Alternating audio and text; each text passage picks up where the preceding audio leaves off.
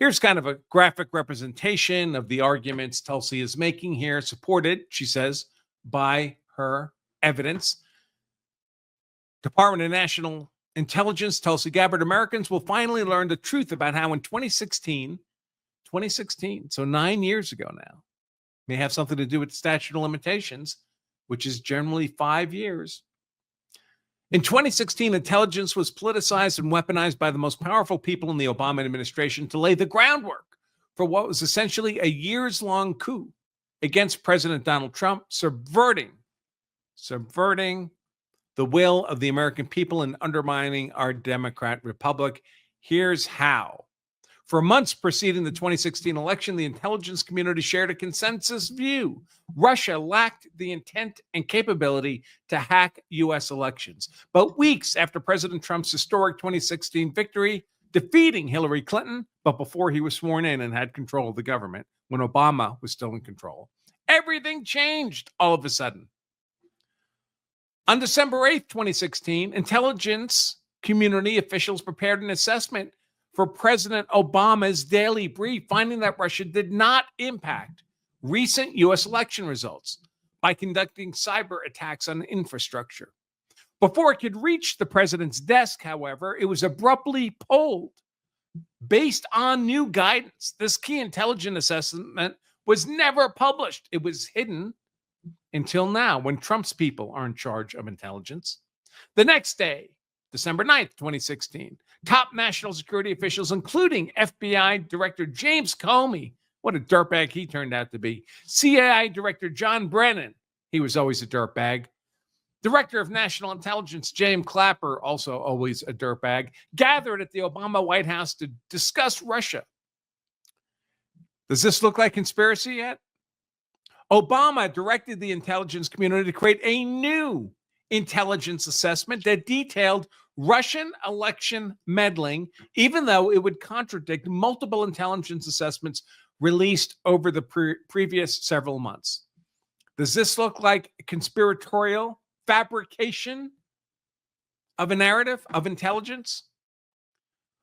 Obama officials immediately leaned on their allies in the media to advance their falsehood. Anonymous intelligence community sources leaked classified information to the Washington Post and others that Russia had intervened to hack the election in Trump's favor. So just so you know, folks, this is how this works. So the intelligence community, of course, is gathering millions of bits of information all the time. And a lot of it is trash.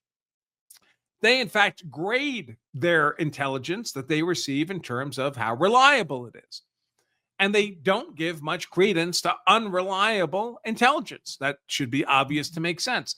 So, of course, they had some intelligence that Russia might hack the election, but for months and months and months, they were saying, yeah, this stuff is trash. It's completely unreliable, until Obama needed it to be non-trash. When they needed it to be non-trash, they hid all the evidence that it was unreliable, and then they leak it to the media, the friendly, progressive, fascist left media.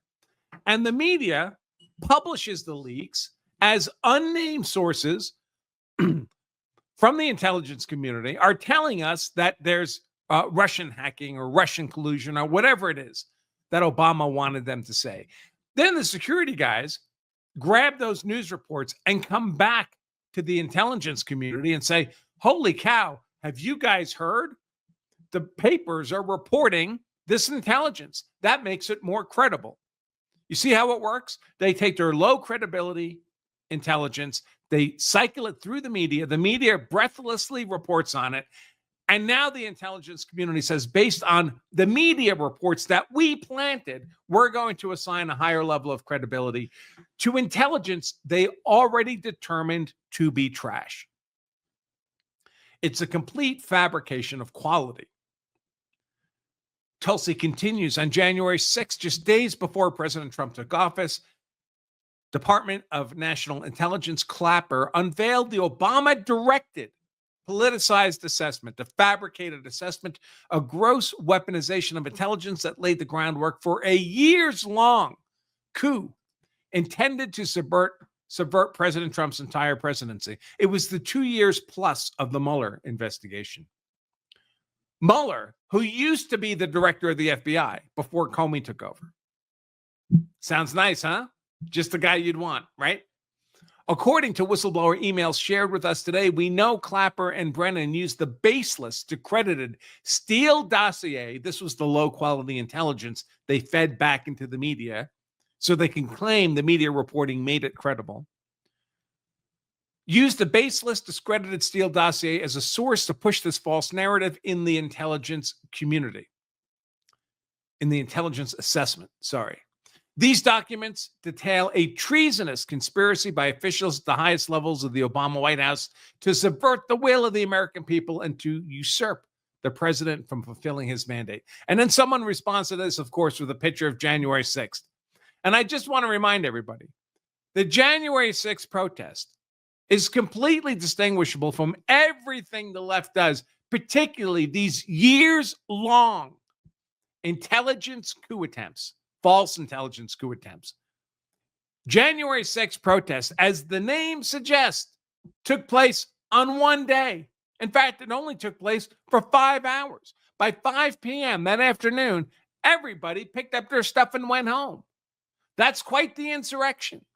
How many guns did they bring to this insurrection? In the most heavily armed nation on earth, lawful civilian ownership of guns. What percentage of these protesters you think owned guns at home? 100%? 150% of them? None of them brought a gun to this insurrection.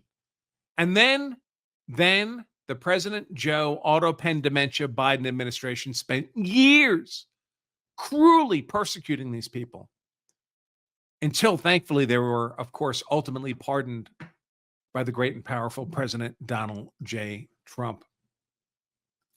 A little more Tulsi Gabbard here. These documents that she released, and I've linked them in the description of today's show. These documents detail a treasonous conspiracy by officials at the highest level of the Obama White House to subvert the will of the American people. And the great and powerful Stephen Miller.